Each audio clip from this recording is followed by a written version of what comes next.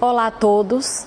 Bom, nós vamos dar início agora um documentário acerca da Constituição brasileira diante do Estado Democrático de Direito. Esse documentário ele é fruto de uma iniciativa dos estudantes do curso de Direito da Faculdade Luciano Feijão.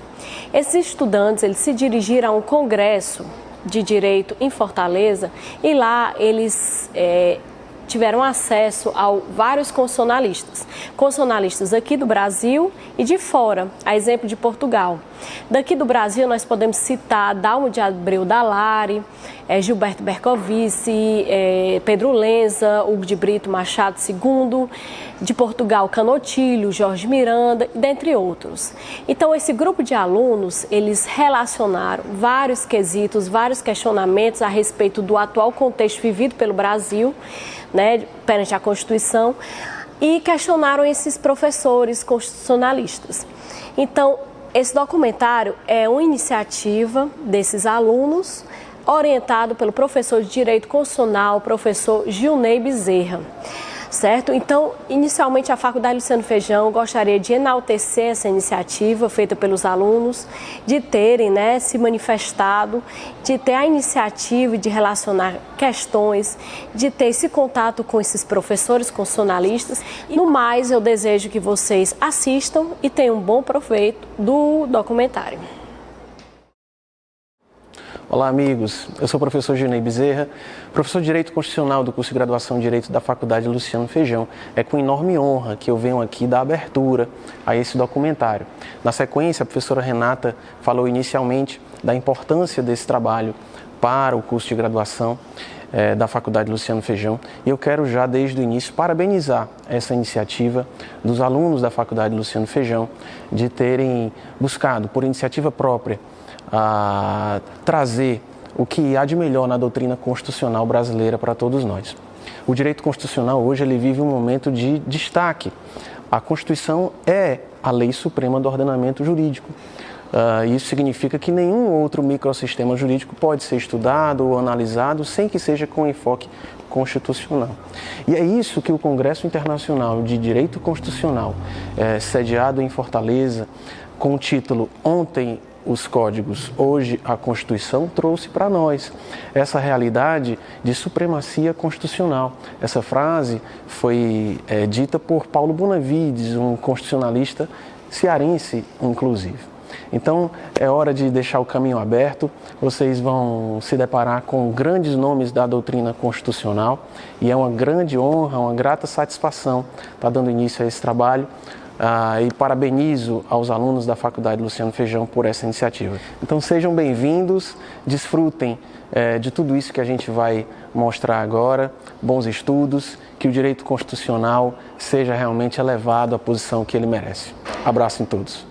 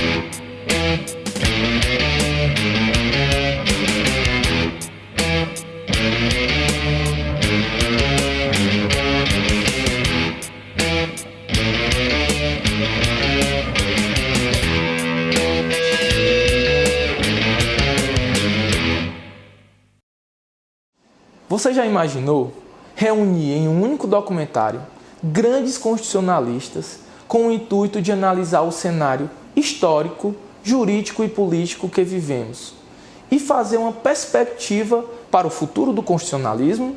Estamos agora diante dessa oportunidade. Convidamos você para acompanhar o que esses grandes doutrinadores pensam sobre o momento do apogeu constitucional e os novos rumos para o constitucionalismo.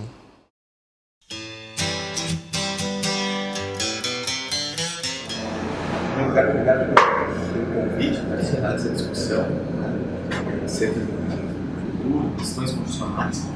Bem, eu acho, na verdade, que se chegou já no apogeu constitucional. Não estou falando especificamente do nosso país, estou falando de uma esfera mais ampla do âmbito do constitucionalismo, que em alguma medida entende-se como limites a poderes. Nós temos uma evolução das propostas políticas na história da civilização que, sem sombra de dúvidas, hoje nós estamos num patamar mais evoluído. Se nós pensarmos no discurso do pós-guerra, pós-guerra, pós-Segunda Guerra Mundial, nós temos uma perspectiva que nos coloca a Constituição como um grande documento jurídico, político do Estado, ela que traz questões extremamente relevantes sobre o controle da constitucionalidade, sobretudo constitucionalidade e controle material da constitucionalidade, e com uma norma supraordenada às demais, e que a partir dali rege-se as relações sociais por conta dela. Então, sim, nessa perspectiva nós estamos no apogeu do constitucionalismo, mas, por outro lado, nós temos que reconhecer que existe, digamos assim, no final do século XX e do século XXI, uma minoração do papel da Constituição nas sociedades ocidentais. Cada vez mais, esse modelo de Estado constitucional vinculado dentro de um território, ele está cada vez mais frágil, porque hoje os grandes meios de poder, as grandes corporações, elas, sem sombra de dúvidas, ultrapassam os limites do Estado. A política constitucional que constrói a ideia do Estado de Direito, ela é cada vez mais frágil, ela é impotente, vai dizer o Luiz Maior, ela é impotente em relação às grandes corporações, às questões econômicas, mas que, por outro lado, ela é extremamente onipresente na vida cotidiana das pessoas. Mas não é uma política que é democrática, é uma política que é construída em benefício do indivíduo, do cidadão. É uma política, por um lado, extremamente populista e, por outro lado, autoritário. Então, o constitucionalismo, ele encontrou seu apogeu, mas ele tem que se reinventar. Tem que se reinventar porque me parece que o futuro para esse constitucionalismo é cada vez mais a sua fragilização. Rumos podem ser identificados na rua. Em primeiro lugar, muito obrigado pela oportunidade, pelo espaço, e é muito interessante a sua colocação, a sua pergunta. Nós vivemos o apogeu do constitucionalismo realmente. A nossa Constituição é a mais longeva das constituições democráticas. Nós tivemos uma Constituição mais longeva, mas foi a Constituição Imperial de 1824, e os rumos que nós esperamos que o nosso constitucionalismo tome são rumos de equilíbrio, que se encontram no meio termo entre a atuação dos vários poderes, sobretudo entre o judiciário e o legislativo, que haja um diálogo entre esses poderes, e não uma disputa, e não uma superposição, uma supremacia de um sobre o outro, mas um diálogo realmente. E se espera também que haja um maior incremento na fundamentação das decisões tomadas pelo judiciário, porque é através dela, da fundamentação, que o judiciário consegue a legitimidade que ele não tem pelo fato de não ter sido eleito, os membros não serem eleitos. Sem dúvida, a Constituição de 1988 foi um marco dentro da evolução constitucional brasileira, é reconhecida como uma das principais constituições no Brasil, e ela vem, desde 1988, vem sendo interpretada pelos tribunais, pelo STF principalmente, e evoluindo a cada momento. Muitas emendas, a gente sabe que a nossa Constituição ela sofreu muitas alterações nesse período, mas, sem dúvida alguma, é uma Constituição muito boa, é considerada uma das melhores do mundo. E o que muitas vezes a gente tem dificuldade é para a aplicação dela. Então, o que a gente precisa que cada vez mais haja um compromisso, tanto social, quanto um compromisso político e um compromisso jurisdicional de aplicação da Constituição. Dentro do neoconstitucionalismo, dentro dessa visão constitucional que surge principalmente após a Segunda Guerra Mundial, que visa principalmente a proteção da Constituição como uma norma suprema, que vai estar muito acima das leis, inclusive o tema aqui do Congresso que a gente está participando fala exatamente disso, né? Antes, as leis, hoje, as Constituições, por quê? Havia um medo muito grande do legislador, em função das leis que foram feitas principalmente na Alemanha, no período de Hitler, e Hitler, baseado nas leis que existiam na Alemanha, cometeu uma série de atrocidades. Então, começou a haver uma desconfiança muito grande do legislador e, por isso, o judiciário acabou tendo uma força muito grande dentro dessa perspectiva neoconstitucional. O judiciário acaba tendo uma centralidade, um papel muito forte dentro da atividade do Estado, dentro da separação dos poderes. Por quê? Primeiro, nós temos uma Constituição que ela passa a ser considerada uma norma fundamental efetivamente, não apenas uma norma de caráter político, mas jurídico, vinculante, com princípios, com valores, tendo como base a dignidade da pessoa humana, a separação dos poderes e os direitos e garantias fundamentais, aqueles valores que surgem no constitucionalismo lá no final do século XVIII e que muitos não foram realmente implementados, como a ideia da supremacia da Constituição, a ideia do respeito efetivo aos direitos e garantias fundamentais, eles passam a ter muito mais valor, até com base na teoria do Comte de Hesse, da teoria da força normativa da Constituição, de que a Constituição não é apenas uma norma de diretriz, uma norma orientadora, mas é uma norma realmente com efeito vinculante. E a nossa Constituição, sem dúvida, a atual, de 1988, ela surge, depois desse período de ditadura que a gente teve no país, como uma norma que rompe com aquele status, com aquela situação que a gente tinha, com aquela condição de arbitrariedade, de abusos no Brasil, e vem, sem dúvida alguma, trazer para o Brasil, a gente vive, né, de 88 para cá, esse apogeu constitucional. Se a gente for analisar desde que veio a primeira Constituição de 1824, a nossa atual, sem dúvida, é a mais importante, a mais relevante. Só que temos que ter esse cuidado na hora da interpretação dela.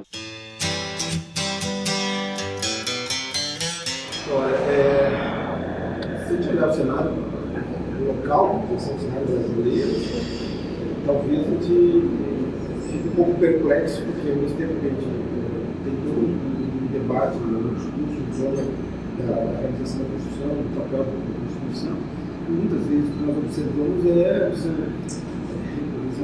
talvez um uso fake da Constituição. Um processo, eu diria, de agilização do papel da própria Constituição. Isso é uma realidade brasileira, por conta, talvez, das circunstâncias vividas pelo país nesses dias, mas não só isso, eu acho que é uma realidade para o próprio constitucionalismo, se nós olharmos na perspectiva do papel e do significado que as Constituições têm hoje. O Judão Dalari, que esteve aqui com a gente, ele também já dizia, no livro antigo dele, chamado Constituição Constituinte, ele falava que as Constituições ingressaram no século XX com grande prestígio teórico. Ou seja, todo mundo queria ter uma Constituição, os países queriam se constitucionalizar, os estados constitucionais. Mas quando ele chega ao final do século XX, dos anos 80 ainda, com um grande desprestígio prático. Ou seja, havia um descompasso entre ter Constituição e realizar a Constituição. Aí isso acabava produzindo um desprestígio prático. Ou seja, de que adianta ter uma Constituição se essa Constituição não se realiza efetivamente? Ou seja, se a Constituição não constitui. E talvez, de lá para cá, o que a gente tenha percebido, apesar dos avanços que nós temos, no constitucionalismo como um todo, no caso do Brasil em particular, também experimentamos esse mesmo desconforto. Ou seja, nós temos uma Constituição a partir de 88 que projetou o chamado Estado Democrático de Direito, com todas as suas características, e nós chegamos em 2016 numa situação que limites que a Constituição estabelece, tanto no sentido mais de garantias, de proteções, quanto no sentido de prestações públicas e promoções sociais, em nenhum deles nós temos uma realização efetiva desse projeto constitucional, o que muitas vezes leva a um certo descompromisso, um descomprometimento com a própria Constituição.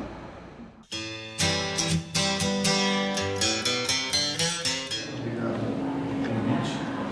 Eu acho que, na verdade, nós não estamos vivendo um apogeu constitucional, ao contrário.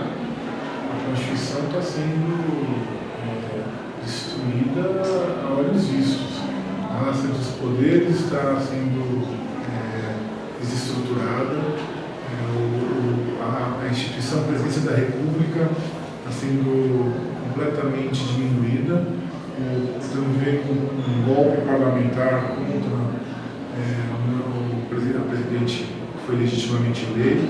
O Supremo Tribunal Federal, quando tem que intervir, não intervém. Quando não tem que intervir, intervém sobre os poderes executivo e legislativo. O Poder Judiciário está completamente descontrolado. É um absurdo um juiz de primeira instância dar uma liminar pedindo nomeação de ministro de Estado pelo presidente da República. E mais absurdo no Supremo Tribunal Federal dar uma liminar mantendo essa decisão da primeira instância. Quer dizer, consegue, claro, a competência privativa do presidente da República nomear ministro de Estado, uma ingerência total nos atos do Executivo. Ao mesmo tempo, os direitos estão sendo cada vez mais violados. Recentemente, leis sendo aprovadas, tem projetos de lei do Congresso, leis sendo aprovadas nos estados, de maneira absolutamente inconstitucional, proibindo ou tentando limitar a manifestação, por exemplo, de professores, de docentes, nas salas de aula, nas universidades, que não pode se manifestar sobre temas políticos e ideológicos. O que é um tema político e ideológico? Eu discuto o transporte de ônibus, é um tema político e ideológico. Eu discuto a merenda, é um tema político e ideológico. Qualquer coisa é política e ideológica. Ou seja, eu não posso, as leis não podem manifestar opinião ou discutir para os alunos elementos para eles formarem a própria opinião sobre determinadas políticas. Os direitos sociais estão sob ataque, a olhos vistos. O projeto anunciado do vice-presidente de destruir os direitos trabalhistas. Então, a gente não vive num apogeu constitucional, pelo contrário, a gente vive num ataque profundo à estrutura e aos direitos consagrados na Constituição 88. Se apogeu for entendido como o perigo de acabar com a Constituição, sim. Mas não o apogeu no sentido do amplo cumprimento. O apogeu seria se nós estivéssemos em plena democracia e a Constituição estivesse segurando tudo, ou seja, com todos os embates, etc., a Constituição está segurando tudo. Ao contrário, a Constituição é boa, é robusta, mas os seus intérpretes não são. E nós estamos perigosamente em véspera de uma fragilização da Constituição e da própria democracia. Então eu vejo com muita tristeza hoje o modo como a comunidade jurídica é coautora da fragilização da Constituição. E nós somos todos culpados disso. A comunidade jurídica é culpada porque, no momento apropriado, não disse o não necessário.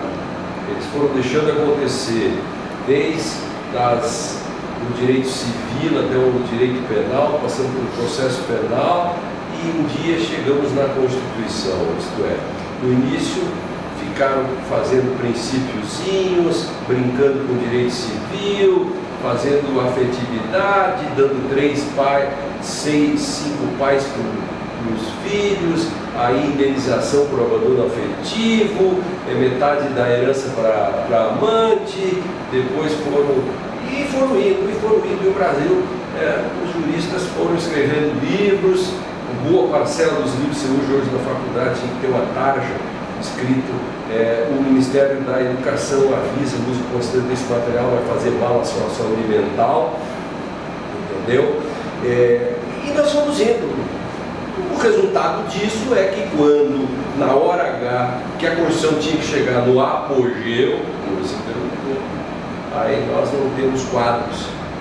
Se nós conseguirmos preservar o direito e não nos deixar vencer pelo moralismo e pela política, se a comunidade jurídica brasileira, os professores de direito, forem à sala de aula e de fato derem aulas de direito e não ficar repetindo pequenos bordões, se a comunidade jurídica se der conta que direito é direito, enfim, religião é religião, moral é moral, política é política, e não misturar isso, talvez a gente tenha uma chance. Talvez a gente tenha a chance de fazer direito, ou seja, fazer a coisa certa. Tá certo que o parlamento não se ajuda muito, esse parlamento aí, que é um pouco, que é daqueles que a gente sente vergonha alheia, mas é o parlamento que nós temos. Agora, isso não significa que o judiciário possa dizer que uma lei não deve ser cumprida. Então, se a gente conseguir, se nós mudarmos, conseguirmos mudar isso, eu sei que é muito difícil, talvez se a gente salvar o direito, salvar a Constituição, talvez a gente consiga sobreviver.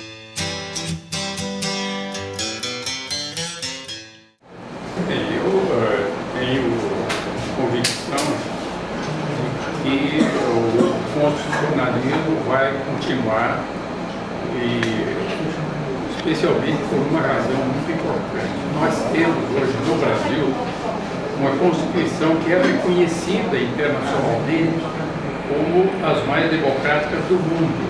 Eu já ouvi essa avaliação na França, ouvi na Itália, no países da América Latina, e esse é um dado fundamental. Nós conquistamos, o povo brasileiro conquistou uma Constituição essencialmente democrática, e isto, a meu ver, eu acredito, veio para ficar. Não há condições para que se elimine essa Constituição. É neste ponto que eu estou tranquilo. Não há condições de retrocesso. As conquistas do povo vieram para ficar. Então nós vamos viver, sim, alguns momentos mais difíceis, mais complicados, mas na essência o constitucionalismo democrático vai permanecer no Brasil. Veja, essa é uma das questões mais fascinantes do século XXI, então eu agradeço e parabenizo essa questão, porque nos convida a repensar o direito no século XXI. E como eu comentava há pouco, eu creio que o século XXI demanda um novo paradigma jurídico, que nós possamos transitar da pirâmide kelseniana, que está acima da Constituição, para a figura de um trapézio, em que acima está a Constituição e os tratados de direitos humanos. Então nós temos os parâmetros constitucionais somados aos parâmetros internacionais, iluminados pela força maior, que é o princípio da primazia da pessoa e da prevalência da dignidade humana. Então, com isso, nós temos a redefinição da nossa cidadania, porque cada vez mais compomos os direitos que estão na Constituição, os direitos fundamentais, com os direitos que habitam a ordem internacional. Então, hoje nós temos um sistema jurídico multinível, no âmbito local, regional e global. E cabe a nós o direito, à luz de uma interpretação cosmopolita, guiados pela dignidade humana, orientados sempre pela melhor, mais efetiva proteção à pessoa humana, já que a dignidade humana é esse princípio que coroa a ordem jurídica multinível e há de ser o ponto de partida e de chegada de qualquer leitura interpretativa do direito. O problema das constituições é sempre o mesmo. E o que nós devemos perguntar é para que é que servem as constituições? Para que é que servem se elas são um esquema, definem um esquema vivencial para o passado, se é uma arquitetura para o presente, ou se verdadeiramente as constituições se dirigem ao futuro. Em geral, nós confundimos esses vários momentos. Quase todas as constituições têm momentos de continuidade e momentos de ruptura. Se for ver as constituições depois da Segunda Guerra Mundial, poderíamos dizer que as primeiras, a alemã e a italiana, é fascismo, comunismo, fascismo e nazismo nunca mais. Depois, as constituições de Portugal e da Espanha E também do Brasil. Também diríamos fascismo nunca mais, ditadura nunca mais. Diríamos depois as constituições dos países de leste, comunismo nunca mais. Olhando para a nossa história, escravatura nunca mais. Escravidão nunca mais. Outros, tipo, por exemplo, a questão da África do Sul, olhar também para o colonialismo nunca mais. Outra perspectiva. Portanto, as constituições sempre responderam a momentos perturbadores e momentos altamente aniquiladores de dimensões humanas. E daí que as Constituições são sempre uma resposta que a Constituição ela própria forneça esquemas, um esquema em termos de direitos, um esquema em termos organizatórios, para ser verdadeiramente uma lei fundamental. Uma Constituição não é um tratado de filosofia, não é um tratado de política, não é um tratado de teologia. A Constituição é uma lei. Isto é uma lei que nós depois consideramos como lei superior, mas não é mais do que isso. Mas pretende ser a lei superior. Ora bem, não pode nem deve ser substituída por ideologias, não pode ser substituída por religiões, não pode ser substituídas por ideias filosóficas. Portanto, temos que dar um acento que verdadeiramente a Constituição é uma norma, é uma lei superior. Depois, uma Constituição é sempre uma Constituição viva, é uma Constituição aberta. Nunca podemos dizer que a Constituição é uma Constituição para todos os tempos e deve estar aberta. Aliás, a abertura da Constituição às novas gerações e aos problemas intergeracionais vem do pensamento jacobino. Cada geração tem o direito de fazer a sua Constituição. E esse pensamento jacobino parece-me atual. O problema é que nós não podemos inventar. O povo, cada geração, tem o direito de fazer a sua própria Constituição. Mais nada, quero agradecer o convite e dizer a minha satisfação em ter esta oportunidade de ser entrevistado para a cidade de Sobrado e dizer que estou sempre disponível para defender a Constituição. E sinto bem isso porque nós, em Portugal, só temos Constituição verdadeira há 40 anos. A Constituição de 1976 fez agora 40 anos. Antes tínhamos uma ditadura que tinha Constituição, mas a Constituição não funcionava. Eu até me lembro de uma vez estar a falar com eu, que na altura era assistente da Faculdade de Direito, e um professor de Direito romano veio falar comigo e dizer: olá, colega. Eu disse: colega, sim, é que ensinamos direito não vigente. Eu ensino direito romano, já não vigor, e você ensina direito constitucional que não vigor. Só a partir de 1976 é que pode ser uma Constituição operativa, funcionando, cumprida, que é a Carta de Direitos Fundamentais e é o regulador do sistema político.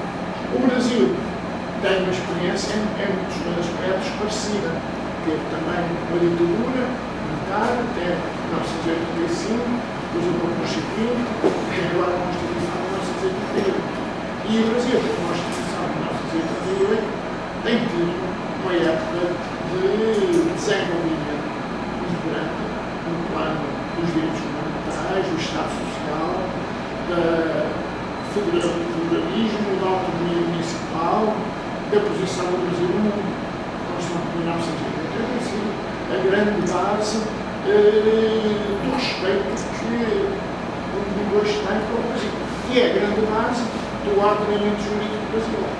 Sem a Constituição, tudo é crise. Portanto, a Constituição é um conjunto de princípios e de regras que justamente organizam o Estado, tanto o Estado como o poder político, como o Estado como o povo. E sem Constituição não há garantia de direitos das pessoas ou dos cidadãos, não há participação democrática, não há democracia representativa nem democracia participativa, os direitos sociais estão em crise, etc. Portanto, defender a Constituição é absolutamente essencial. Respeito e cumprimento da Constituição. É a base da paz cívica, é a base da democracia, é a base do desenvolvimento, é a base da educação. Este preço mostra que é assim. Não quer dizer que a Constituição só por si resolva qualquer problema. Agora, o que acontece é que sem Constituição ou contra a Constituição surgem os problemas mais diversos, as dificuldades maiores, e sobretudo os mais pobres, os mais protegidos, os mais carentes, os mais jovens são mais afetados, os mais idosos são mais afetados por crises constitucionais. É fundamental. E depois também é preciso ter em conta que o Brasil é um continente e a Constituição é também uma garantia da unidade do Brasil. Para o Brasil, a Constituição. Não quero dizer que a Constituição brasileira, tal como a portuguesa, não possa ser aperfeiçoada. É evidente que qualquer texto jurídico pode ser aperfeiçoado, qualquer obra humana pode ser aprimorada. Mas não vejo razão nenhuma neste momento fazer qualquer alteração, ou reforma, ou emenda constitucional no Brasil, tal como não vejo em Portugal.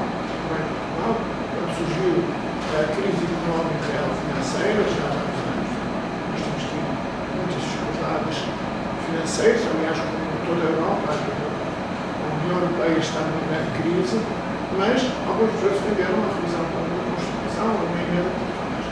Mas eu e outros pronunciamos contra, e a opinião pública é manifestamente contra.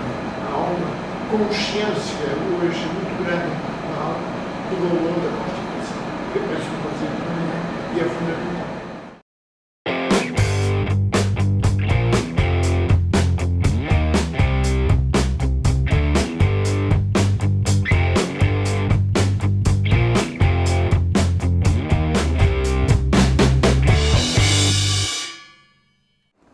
E dando sequência nessa caminhada dentro do constitucionalismo contemporâneo, propomos mais uma intrigante questão. Você já percebeu que na grande maioria dos protestos e movimentos sociais que vemos em nosso país, existe um forte clamor do povo para que seja respeitada a nossa Constituição e garantidos os nossos direitos? É possível perceber que em todos os veículos de comunicação, a Constituição Federal é frequentemente usada como referência para o controle social. E muitas vezes observamos a população em protesto com a Constituição nas mãos em manifestações públicas. O que isso significa? Vamos ver o que esses grandes estudiosos do direito constitucional pensam a respeito desses fatos e imagens. Acompanhe.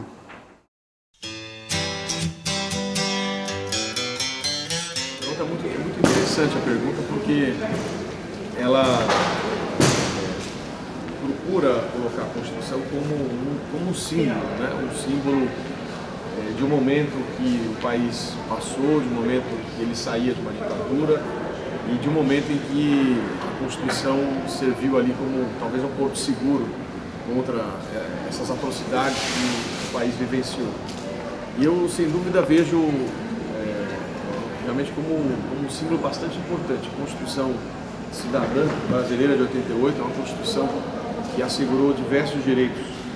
É bastante interessante que durante a Constituinte todo mundo queria colocar alguma coisa dentro da Constituição. Vários setores, várias entidades, várias organizações tinham e queriam colocar alguma coisa na Constituição para se proteger, para ter a garantia de que os direitos não seriam mais violados. A versão inicial tinha lá mais de 400 artigos, chamaram até de um Frankenstein jurídico, mas é bastante interessante. No produto final, me parece que foi um grande avanço. A Constituição ela é muito avançada, ela prevê a proteção não só de direitos de primeira dimensão, direitos de segunda dimensão, terceira dimensão, quarta, quinta. E dou exemplos, por exemplo, é a primeira Constituição que tem um capítulo próprio sobre meio ambiente, uma Constituição que se preocupa com a proteção dos interesses transindividuais, ela estabelece diversos direitos que não vinham sendo respeitados, coloca também alguns deveres para o cidadão. Hoje não se vive só apenas, ou não se fala apenas em direitos fundamentais, fala-se também em deveres fundamentais. Ela prevê também deveres. Então, eu vejo que realmente ela simboliza esse momento, essa ruptura, esse momento de redemocratização, esse momento de não mais aceitar nenhum tipo de retrocesso, nenhum tipo de violação. É a Constituição um porto seguro para que não haja qualquer tipo de retrocesso ou violência. E por isso eu entendo realmente que esta simbologia ela cumpre o seu papel. E é bom que os cidadãos eles tenham também essa simbologia, eles coloquem aquele documento como algo simbólico para isso. Então eu acredito que é um documento que ele é muito avançado, mas eu tenho, como estudioso, uma preocupação para que não haja nenhuma violência na Constituição. Qualquer movimento de violência, de retrocesso, tem que ser abominado no nosso ordenamento. Então, realmente bastante emblemática esta imagem das pessoas com a Constituição exercendo sua cidadania, e por isso eu fico muito feliz que as pessoas estão tomando consciência do que tem na Constituição, que é esse documento. Então, eu aqui agradeço, o trabalho como esse é muito importante para a conscientização, para que as pessoas realmente passem a dar o devido valor. Parabéns pelo trabalho de vocês, estou à disposição. Muito obrigado. Valeu. A Constituição de 88, ela se caracteriza justamente por prever uma série de direitos e de políticas que nunca foram implementados. Então, mas ao fazer isso, ela trouxe para o universo constitucional, para a ordem constitucional, uma série de demandas e de reivindicações que estavam fora do sistema. Então, por exemplo, quando o movimento sem terra exige reforma agrária, não está exigindo nada que não esteja na Constituição. Quando o movimento sem teto exige moradia, não está exigindo nada que não esteja na Constituição. Quando vocês lutam pelos seus direitos, estão exigindo que o que está na Constituição seja cumprido. Esse é um caráter fundamental da Constituição como um símbolo de luta, de resistência, de reivindicações. Isso é bom. O mal é que justamente por ela prever esses direitos, essas garantias, essas políticas, há todo um esforço dos poderes constituídos, do Congresso, do Executivo e principalmente do Judiciário, e não implementar o que aquilo que a Constituição prevê. Porque a Constituição até hoje não fez reforma. Até hoje a Constituição prevê. A reforma agrária não foi feita, a reforma urbana não foi feita, a reforma da saúde não foi feita, a reforma educacional não foi feita, a questão dos direitos sociais não foi implementada de maneira adequada. Quer dizer, então nós vivemos a Constituição prevê uma série de coisas e exige, e ela é constantemente ignorada pelos poderes constituídos. Por isso que ela virou um instrumento de reivindicação. Isso é bom, porque mostra, na verdade, que ela tenta trazer para dentro da democracia, para dentro do sistema constitucional, toda uma série de conflitos e reivindicações que estavam fora. Ela juridificou isso, ela juridicizou isso. Então, isso é muito importante para poder, até para as pessoas terem consciência, elas têm direitos que o Estado tem a obrigação de prestar uma série de políticas. Sem dúvida alguma, a nossa Constituição de 88 foi a Constituição que mais teve participação popular na sua elaboração. Teve uma discussão muito grande no Congresso de 87 e 88 e vários setores da sociedade participaram efetivamente de audiências públicas, de discussões, inclusões de dispositivos. E eu acredito que a própria população brasileira sentiu isso desde que veio a Constituição de 88, principalmente por ter sido um rompimento com o regime ditatorial. Então, eu acredito que as pessoas se sentem fazendo parte realmente desse Estado constitucional. Isso é muito bacana. É uma coisa que eu sempre defendo, eu dou muita aula para quem não é formado em Direito, nos cursos preparatórios para concurso, pessoas que são de diversas áreas e estão prestando concurso para nível médio e cai Direito Constitucional. E muitos alunos falam para mim, Rodrigo, como que eu não aprendi isso na escola? Eu tinha que saber Direito Constitucional desde novo. São coisas realmente do nosso dia a dia. E o que a gente vê é que as pessoas, com pouco conhecimento que têm da Constituição, elas querem levar realmente a Constituição para a rua, elas querem fazer valer os seus direitos, porque a nossa Constituição realmente ela tem um catálogo de direitos fundamentais bem extenso e muito bacana, o artigo 5º com seus 78 incisos, a parte dos direitos sociais, que traz lá 34 incisos falando de direitos dos trabalhadores. Então é realmente uma coisa bacana as pessoas irem às ruas e exigir o cumprimento dos seus direitos sociais. Então eu vejo isso como uma coisa positiva. Infelizmente, muita gente está com a Constituição na mão e nem sabe o que está escrito nela. Eu acho que seria mais positivo ainda se a gente tivesse dentro do nosso país um movimento maior de inclusão do estudo do direito constitucional no dia a dia das pessoas. Acho que é uma questão de cidadania, todo mundo saber o que está na sua Constituição. Isso representa o valor que a Constituição tem para as pessoas. Para você ter uma ideia, na Constituição que eu mencionei, a Constituição Imperial de 1824, já havia o artigo 179, que era um artigo do qual se poderiam tirar os mesmos direitos individuais que constam hoje no nosso artigo 5º. O artigo 179 tinha um conteúdo semelhante ao do artigo 5º da Constituição de hoje. No entanto, as pessoas que lutavam contra a escravidão, por exemplo, que era um mal que assolava o nosso país no século XIX, elas não invocavam a Constituição, elas invocavam a religião, elas invocavam o direito natural. E hoje as pessoas invocarem a Constituição é muito importante, significa um senso maior de cidadania e de consciência jurídica por parte dessas pessoas. Acontece, claro, de pessoas que estão de lados opostos, ambas invocam a Constituição e ambas dizem que o outro lado está rasgando a Constituição. Mas isso faz parte do debate democrático, faz parte do debate jurídico, e o fato de ambas estarem tentando pautar o seu discurso na Constituição já é muito importante.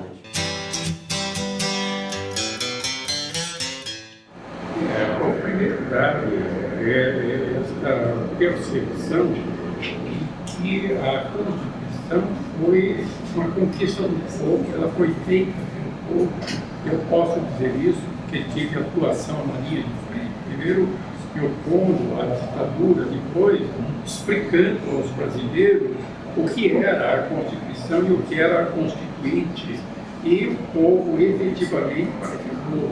E exatamente por isso foi que na promulgação o ministro Aranha, a postura educada da política brasileira, disse que a Constituição era, na verdade, a Constituição cidadã. E é. Então, o que acontece é isso, nós temos essa conquista excepcional e há alguns setores da sociedade brasileira que fazem manipulação. Assim, por exemplo, a própria existência do Senado, eu já tenho sustentado, vou sustentar isso, não tem razão de ser. O Brasil nunca teve estados, teve províncias que mudaram de nome. E, no entanto, se criou o Senado como um instrumento para bloquear os avanços sociais, inclusive os avanços previstos na Constituição. Assim também o sistema de criação de partidos políticos e alguns artifícios, como um chamado quociente eleitoral. Então, divide-se o número de eleitores pelo número de cadeiras e, cada vez que o partido atinge o quociente, ganha um lugar. A consequência disso é que a maioria dos deputados federais não atingiu o quociente. Eles são, na verdade, deficientes eleitorais. Mas, graças a esse artifício, eles conseguiram um lugar no parlamento e utilizam o mandato, que essencialmente, teoricamente, é de representação popular, utilizam esse mandato, agem em nome do povo para a satisfação dos seus próprios interesses, tipo privilegiado, e para o bloqueio de abusos sociais. Então, eu acho que é necessário, sim, um trabalho de esclarecimento, um trabalho de conscientização, para que este povo que vai às ruas com a Constituição na mão perceba que está sendo manipulado, que está sendo enganado, e exija a autenticidade da democracia representativa. Eu diria é um trabalho de conscientização que está fazendo falta. Assim, é público e notório que grande número dos parlamentares não tem preparo para estar lá, não tem nível ético, não tem consciência da sua responsabilidade social e, no entanto, eles foram eleitos pelo povo. Então é preciso acordar o povo, tome consciência. não barganhe o seu voto, não troque o seu voto por favores, exija a qualidade ética daqueles que se propõem a ser os seus representantes. E desta maneira, com a participação do povo, com a conscientização do povo, nós iremos então aperfeiçoar o sistema para que ele seja efetivamente representativo. Então, eu quero cumprimentá-lo por esse trabalho de conscientização, porque esse é o caminho para fechar as possibilidades aos corruptos e aventureiros.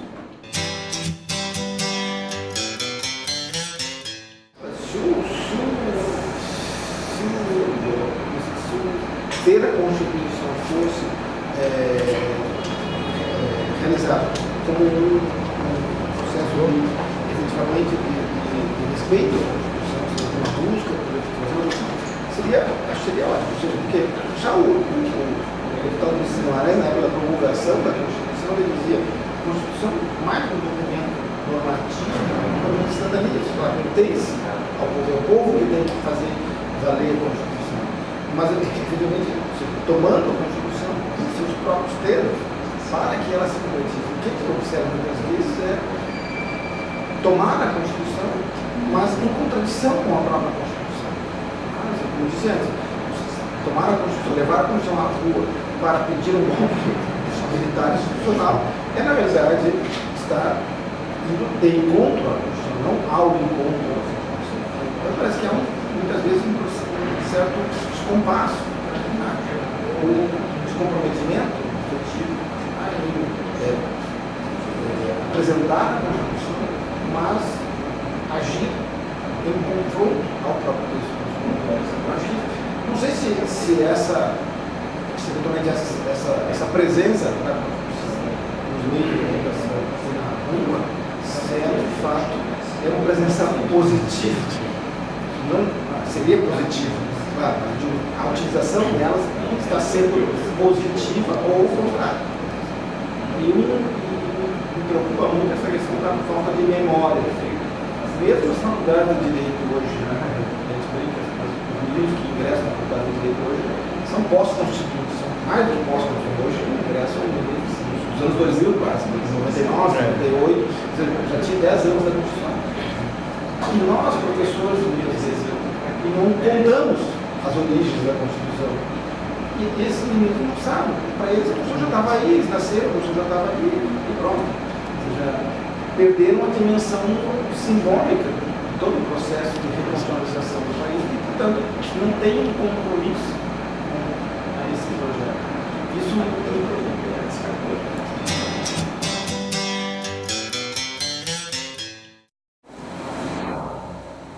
Na verdade, abstratamente, a gente não pode levar em consideração, né, como se coloca a Constituição na mídia, como a população age em nome da Constituição. Nós temos fatos simbólicos, né, que se vê nas ruas, por exemplo, os novos movimentos que ocorreram aí no Brasil, que desencadearam esse processo, por exemplo, de vítima do sofrimento. Né. A população, na verdade, ela age, segundo ela, em nome da Constituição. Né. Ela traz a Constituição como se fosse uma capa de sentido, né, um véu que se encobre todas as suas atitudes. Né. Ela não é a norma jurídica que organiza o Estado, que garante direitos, né, porque, sob esse ponto de vista, ela é extremamente garantista. E a população, de modo geral, ela não pretende garantir questões específicas aos outros, aos diferentes. Né.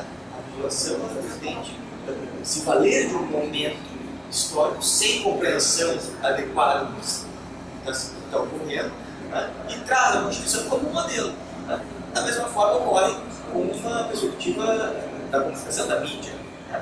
A mídia é, na verdade, uma liberdade, né, uma concessão do Estado, uma liberdade, mas ela é uma liberdade jurídica, ela não é uma liberdade natural.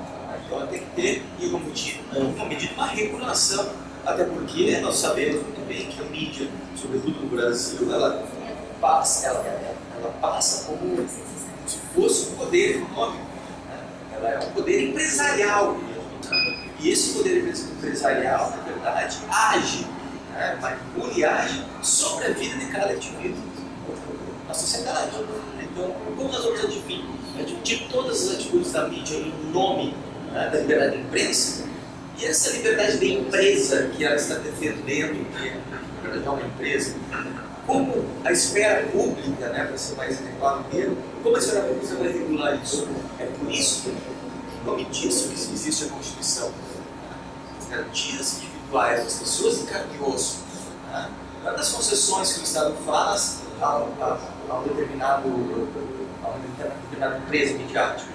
Então, a Constituição deve ser usada nessa perspectiva. Pode ser trazida como instrumento, que tudo pode, e os atos estão justificados a priori porque se tem a Constituição na mão. A Constituição é muito mais do que isso. Então, acho que rever essa perspectiva, pensar na Constituição, o mero símbolo. Ela não é só deve ser, mas um documento jurídico, uma norma jurídica vai ser respeitada.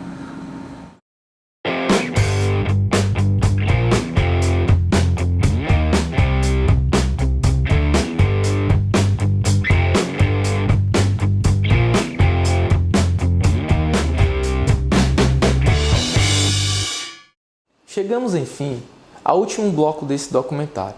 E junto com ele, renovamos mais um tema de mais alta importância, a separação dos poderes. Você já chegou a se perguntar até que ponto aqueles em quem votamos verdadeiramente nos representa? E se o poder executivo e legislativo, instituições democraticamente eleitas, não cumprem com sua missão constitucional na garantia dos nossos direitos? Existem limites para o exercício dessas atribuições pelo Poder Judiciário? Vejamos na opinião dos nossos renomados constitucionalistas até que ponto o ativismo judicial poderá favorecer ou desequilibrar a harmonia e independência entre os três poderes. Quando se fala em separação de poderes, Montesquieu nunca falou em separação de poderes, falou em coordenação de funções. Quem separa, não são separados, são os americanos na Constituição de 1787. E a gente vai copiar isso em 1891. Um modelo complicado. Mas, enfim, independentemente disso, ele é de coordenação de funções. As funções têm que atuar de maneira coordenada e equilibrada e não estarem concentradas na mesma pessoa ou no mesmo grupo. Isso é uma coisa. Neoconstitucionalismo é um nome novo para descrever a mesma coisa. O neoconstitucionalismo não tem nenhuma diferença em relação ao constitucionalismo tradicional. O constitucionalismo é um movimento que surgiu no final do século XVIII e do século XIX para conter as revoluções que estavam ocorrendo nos Estados Unidos, na França, em outros lugares, conter o poder constituinte, o poder revolucionário. E, na verdade, você coloca balizas e parâmetros limites para a manifestação do poder político. Então, foram sempre usadas, as constituições foram usadas contra o poder constituinte. Então, o Constitucionalismo desconfia muito da soberania popular. A soberania popular não são propriamente aliados. O Constitucionalismo desconfia muito da soberania popular. E sempre desconfia da soberania popular, geralmente, pelos poderes que não é legitimado pela soberania popular. É um poder que é usado justamente nesse sentido. O executivo e o legislativo, de um jeito ou de outro, acabam tendo que passar por legitimação eleitoral, democrática eleitoral, de um jeito ou de outro. Inclusive, aumentando a participação eleitoral, não vai ter jeito. As pessoas vão votar os deputados, os congressistas, os senadores, os presidentes, assim por diante. Mas o Poder Judiciário ficou imune à soberania, essa legitimação pela soberania popular. E muitas vezes ele é usado contra a manifestação da soberania popular, por bem e por mal. Não é poder contra-majoritário, então serve para proteger por minorias. E aí, nada demais, acho que a função dele mesmo é essa. Mas o problema é quando o Poder Judiciário começa a querer impor agenda, impor políticas para que os poderes eleitos executem. O Poder Judiciário não tem legitimidade nenhuma para fazer isso. Eu acho curioso, os nossos funcionalistas, Eles gostam de dizer que o parlamento, o executivo, essa coisa da política, então eles não prestam já por definição. Eles são cheios de vícios. Mas se o político, seja ele parlamentar, seja o administrador, erra ou tende a errar, por que o juiz está salvo do erro? O juiz é um ser humano como outro qualquer. Ele também está no mesmo meio cultural, no mesmo meio político, no mesmo meio social. Então ele também pode errar e erra muito. Então, com uma diferença. O legislador ou o governante eu troco. Ele tem mandato. Eu posso não votar nele de novo. Ele pode não ganhar a eleição. O juiz não, ele tem um cargo vitalício. Ele tem uma série de garantias para isso. Ele não sai dali. Então você tem uma série de... tem que rearranjar isso de maneira muito organizada, muito pensada. Justamente para impedir que um poder não eleito acabe ditando como os poderes eleitos têm que se comportar. Porque não foi legitimidade para isso. Nós votamos, no caso do Brasil, no presidente e nos deputados e senadores. Nós não votamos os ministros do Supremo Tribunal Federal. O Federal não tem que pautar a agenda do Executivo ou do Legislativo. Ele serve como um contrapeso. Então, se o Executivo ou o Legislativo ultrapassam os limites previstos na Constituição, ele serve para tentar controlar. É isso. Ele não tem que dar a pauta, ele não tem que dar a agenda.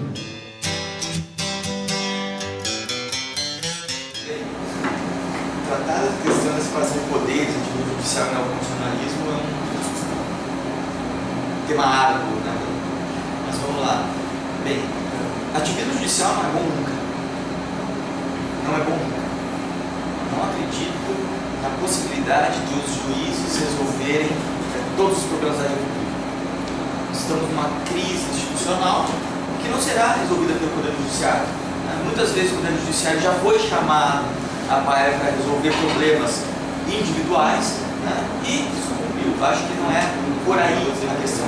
Claro que o ativismo judicial que vem, digamos assim, propiciado pelo esse movimento neoconstitucional, na verdade, ele talvez seja até mal compreendido, né, no Brasil, pelos juízes brasileiros, né, porque nós temos uma perspectiva neoconstitucional que a Constituição é uma norma jurídica que deve ser auto-aplicada, né, que a ponderação de valores ela deve se ocorrer na decisão jurídica, né, e que o direito e a moral, por conta disso, estão novamente conjugados, né, estão juntos. Isso, ao meu entender, é um completo equívoco. O neoconstitucionalismo nasceu e já morreu. Né? Os grandes autores que fundaram o neoconstitucionalismo, eles já abandonaram o termo. Né? Por quê? Porque ele é tão ambíguo, como vai dizer a Suzana Pozzolo, né, que ninguém chega a um consenso. Embora se tenha essa perspectiva de aplicação, de relação do direito com a moral. As instituições republicanas não comportam, né, direito, esse neoconstitucionalismo. Nós podemos falar de um Estado de Direito em sentido forte, que tem uma Constituição rígida, que é proveniente de um modelo de controle de constitucionalidade material, né, e que, portanto, é amplamente difundido nela a ideia de direitos fundamentais, né, que devem ser horizontalizados. Bom, a partir disso, nós não precisamos de um judiciário ativista, nós precisamos de um judiciário que cumpra o dever constitucional. Basta, basicamente isso. Né? Até porque a separação de poderes, né, a separação das funções, né, nós não podemos confundir isso. O ativismo judicial ele é sempre nefasto, mas nós não podemos nos enganar acerca da judicialização da política. A própria Constituição traz a judicialização da política, né, o controle das contas públicas, etc, etc. Então, quer dizer, esse papel do judiciário, o judiciário tem um papel eminentemente de garantia de direitos. Né? E esse papel que o judiciário tem que manter. Né? Separar poderes, né? Separar poderes, primeiro, acho que vai até ultrapassar a perspectiva de Montesquieu para o Estado constitucional atual. Né? Nós temos que separar funções. Né? E as funções são divididas em função do governo e função da garantia. Todos os três poderes têm função de garantia. O O Legislativo tem a função de garantir e fazer a lei que defenda direitos fundamentais. O Executivo tem o dever de aplicá-la. E o Judiciário, se a lei não for feita ou se não for aplicada, tem o dever de fazer cumprir. Quer dizer, aí não há nenhuma superação da teoria da separação dos poderes. Tá? O que há é uma complexização e uma compreensão do papel de cada poder. Os 3 poderes têm papel de garantia. Tá? E para isso nós não precisamos de atitude judicial, para isso nós não precisamos do neoconstitucionalismo. Nós precisamos aplicar a Constituição e ver a Constituição como uma norma jurídica superior às demais, rígida, com controle de constitucionalidade material. No Brasil, por exemplo, qualquer juiz pode fazer controle de constitucionalidade material. Por que a gente nunca vê nenhum juiz fazendo controle de constitucionalidade material? Controle difuso, no caso. Nós vivemos ainda num legalismo, né, estrito, praticamente do século XIX. Se você requer uma petição que o juiz faça controle de constitucionalidade material difuso, ele vai negligenciar. Então, quer dizer, nós temos instrumentos extremamente vastos, mas nós temos uma prática jurídica, uma prática político-jurídica de baixíssimo nível. Acho que essa é a grande questão. Eu agradeço o convite. Obrigado. Acho que há um pressuposto equivocado, ou seja, o dito neoconstitucionalismo, que seja, ele não diz que o juiz pode ser ativista. Não diz. Isso é muito mais uma prática que vai se construindo do que outra coisa. Ou seja, a referência constitucional, a referência da Constituição permanece. O desenho constitucional dessas constituições do pós-guerra, pós-segunda guerra, pós-segunda metade do século XX, que se convencionou no ambiente chamado neoconstitucionalismo, ou constitucionalismo contemporâneo, eles se constroem a partir de características peculiares, tá? Mais biológicas, mas isso não significa, por outro lado, que essas constituições deem ao judiciário, embora você possa dizer que há um certo protagonismo do sistema de justiça no contexto, mas o protagonismo no sentido que a ele é direcionado, ao sistema de justiça são direcionadas demandas, questões envolvendo o próprio projeto nacional. Isso não quer dizer que ele possa tomar isso e dizer, bom, agora eu faço o que eu bem entender. É isso. Uma coisa é você dizer, bom, como diz os autores, na época do Estado Social clássico, o protagonismo era do Executivo. Você levava ao Executivo as demandas por políticas públicas para realizar aquilo que constitui. Num contexto de crise, etc., de realização, você vai levar quem? Quem reclamar? Você reclama para o judiciário. O judiciário é que vai responder. Agora, essa resposta tem que estar dentro dos limites da Constituição. Em nenhum lugar se diz que a Constituição é aquilo que o Tribunal Constitucional quer que seja. Não, a Constituição é aquilo que ela é. Aquilo que incumbe assegurar a Constituição é o Tribunal Constitucional. Ok? Bom, só isso, nada mais do que isso. Ele não é constituinte, ele é constituído, ou seja, foi o constituinte que diz, você é o guardião da Constituição. Você deve respeito ao que o constituinte quer. Ele não é constituinte, ele não é o legislador constituinte, não pode estar reescrevendo a Constituição para ser do Brasil. Sempre instituiu aí, agora, nos últimos dias, a presunção da inocência. O Supremo inventou que onde está escrito A, leia-se B, ou escreva-se B, na realidade, que se inscreve B. Isso levou o Tribunal de Justiça do Distrito Federal a decidir, num caso de um deputado, o Supremo inventou uma coisa que não está na Constituição, se transformou em Constituinte, e o Tribunal de Justiça do Distrito Federal pegou aquela decisão do Supremo e inventou outra coisa a partir daquela decisão do Supremo, foi além. O que ele fez? Um julgamento do deputado, não lembro qual, do Distrito Federal, como o deputado tem foro privilegiado no tribunal, então ele falou, não, a primeira decisão, ou seja, não é a decisão de ordem de recurso, a primeira decisão é a decisão do tribunal. Ele tem foro privilegiado. Como ele tem foro privilegiado, ele tem o bônus de ter foro privilegiado. Ele vai ter o ônus de ter uma só decisão. Porque já é uma decisão de ordem colegiado. Como? Quer dizer, você não tem nem direito a uma revisão. Ou seja, o Tribunal de Justiça do Distrito Federal, reinterpretando a invenção do Supremo, inventou em cima do que foi inventado pelo Supremo. E aí, danou-se o deputado. Mas, que bom, mas que bom não importa, não é que bom. O que importa é que alimentaram o negócio que vocês. Ou seja, de novo, voltamos à questão anterior, ou seja, são os limites da Constituição. Gostamos de muitas coisas, ok? Mas e nós somos jornalistas, nós temos que lidar com isso. E temos que estabelecer a disputa, vamos fazer uma disputa política. Uma coisa, como diria um filósofo, Vicente Mateus, presidente do Corinthians, uma coisa é uma coisa, outra coisa é outra coisa. É isso que eu acho que a gente tem que considerar.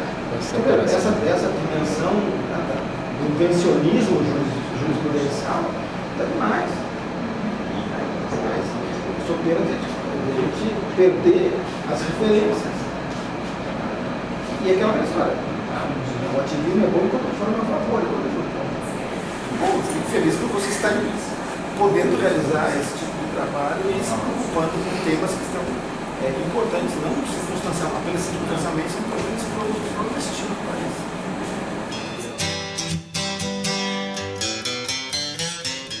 A questão do ativismo judicial, que realmente surge com o neoconstitucionalismo, ele vem como base, tendo como base a questão do controle de constitucionalidade, da supremacia da Constituição. Na medida em que você admite que realmente a Constituição é a norma fundamental e suprema da sociedade, na medida em que você admite que a Constituição tem força normativa, todas as normas do ordenamento jurídico deverão ter como base, como parâmetro, a Constituição. E se houver desrespeito à Constituição, a gente tem que ter um órgão competente para exercer esse controle, que dentro do sistema constitucional brasileiro é o Poder Judiciário, no controle difuso, qualquer juiz ou tribunal, dentro dos casos concretos, e no controle abstrato, por meio de ações diretas no Supremo Tribunal Federal, na defesa da nossa Constituição. Então, sem dúvida alguma, o Supremo Tribunal Federal e os tribunais e juízes vão assumir um papel muito importante na defesa da nossa Constituição. E isso vai fazer com que diversos conflitos aconteçam e sejam levados ao Judiciário na análise, na confrontação das leis com a Constituição Federal. Qual é o grande problema? A gente tem hoje milhares de ações diretas de inconstitucionalidade tramitando no Supremo Tribunal Federal e você vê muitas vezes o Judiciário invalidando leis feitas democraticamente. E aí é a discussão que surge, porque o Legislativo é um órgão representativo do povo. Tem pessoas ali que foram eleitas, deputados, senadores, que discutiram, votaram, aprovaram um projeto de lei. Discutiram, votaram e aprovaram propostas de emendas constitucionais. E aí o Judiciário vai atuar, podendo invalidar essa norma feita democraticamente pelos nossos representantes. Então, até que ponto vai o poder do Judiciário nisso? Muitos defendem que o Judiciário ele deve se ater apenas àquilo que está taxado na Constituição, e só poderia declarar inconstitucional uma lei se de fato violasse o texto da Constituição. Outros já entendem que o papel do Poder Judiciário é mais amplo, o papel do Poder Judiciário vai além daquilo que está só no texto da Constituição, mas tem que observar os princípios constitucionais de uma maneira geral. Eu sou adepto dessa ideia de que não só o que está escrito na Constituição, não só o texto da norma, mas a norma como um todo. E a norma é a norma textual interpretada com base nos seus princípios, nos seus valores, deve vincular a atividade legislativa. Agora, de fato, o que o Judiciário deve buscar fazer para que não extrapole o princípio da separação dos poderes dentro da sua atividade? Ele deve respeitar o princípio da presunção de constitucionalidade das leis, só invalidar uma lei quando realmente houver violação patente à Constituição, seja aos seus princípios ou ao seu texto, e evitar inovar criando interpretações totalmente fora do que o texto legal, o texto constitucional permite. Então, muitas vezes o Judiciário vai totalmente fora do que a Constituição permite, do que o texto constitucional prevê, e inova, que é uma crítica que todo mundo está fazendo em relação à própria presunção de inocência. O Supremo pega o texto da Constituição diz uma coisa e ele entende que o texto diz outra. Então ele já está deixando de ser apenas deixa de ser um ativismo judicial, deixa de ser um intérprete, porque o ativismo judicial é o Judiciário poder exercer uma interpretação mais ativa para viabilizar os direitos sociais, para viabilizar os direitos fundamentais, para fazer valer a Constituição. Então um ativismo limitado é válido. Agora, quando esse ativismo deixa de ser ativismo, passa a ser um poder de reforma constitucional, e aí o Supremo começa a praticamente exercer o poder de emenda à Constituição, que é um poder conferido ao Congresso, inovando o ordenamento jurídico, mudando o texto da Constituição. Inicialmente, queria agradecer a vocês a oportunidade de estar aqui participando dessa entrevista, e eu queria falar para vocês o seguinte: nós, como participantes da sociedade, como cidadãos, devemos sempre buscar exercer realmente o nosso papel. Vocês, como operadores do direito, vocês, como cidadãos, devem sempre fazer valer a nossa Constituição, fazer valer as leis e buscar também levar esse conhecimento que vocês têm de cidadania para pessoas que não têm acesso a isso. Hoje, muitas pessoas na nossa sociedade, infelizmente, não têm as mesmas oportunidades que você está tendo de assistir um documentário como esse, de ter acesso à informação como você está tendo. Então, cabe a gente que tem essa oportunidade, que tem esse conhecimento, levar isso para o maior número de pessoas que a gente puder. Porque só através da educação, do conhecimento, é que a gente pode mudar esse país.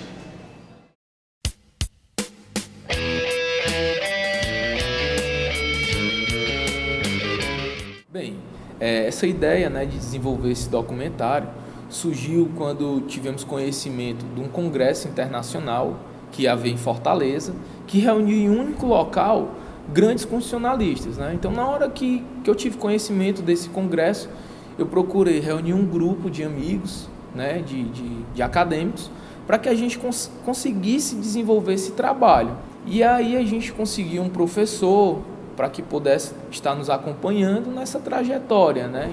Para nós acadêmicos do curso de Direito foi uma experiência muito rica, porque nós tivemos frente a frente como palestrantes, e isso fez com que a gente nos encontrasse até no curso também. E a gente viu o quanto que é importante a gente conhecer a nossa Constituição também ao decorrer da fala desses palestrantes, nas entrevistas que eles nos deram e nas palestras que eles realizaram no evento. E também foi de uma forma muito importante para a gente, porque acho que nenhum de nós tínhamos participado de uma organização, de um evento do porte que foi, né? Que foi um congresso internacional. Então, valeu para a gente a experiência como voluntários, que nós trabalhamos como voluntários para a gente poder ter acesso a esses palestrantes, foi uma troca. Nós demos o nosso trabalho e, em troca, foi passado para a gente o acesso livre para que a gente pudesse fazer o nosso documentário. Bom, quando eu fui convidado pelo Abdias para participar desse projeto, eu admito que eu tive um pouco de receio por se tratar de um projeto de grande desafio, mas eu vi que com esse desafio só temos a ganhar. Essa experiência que eu tive foi muito enriquecedor para mim e eu acredito que para todos nós. E eu espero que esse documentário seja tão enriquecedor para vocês como foi para nós. Também gostaríamos de agradecer a todos os doutrinadores que nos receberam muito bem no Congresso. Recebemos muitos elogios por este projeto, pela nossa iniciativa. Todos os professores nos incentivaram muito a dar continuidade a este trabalho. E gostaria de parabenizar e agradecer o professor Junei Bezerra, que também se empenhou e nos motivou a concluir esse projeto, e a faculdade que nos deu esse espaço para apresentar e todo o apoio.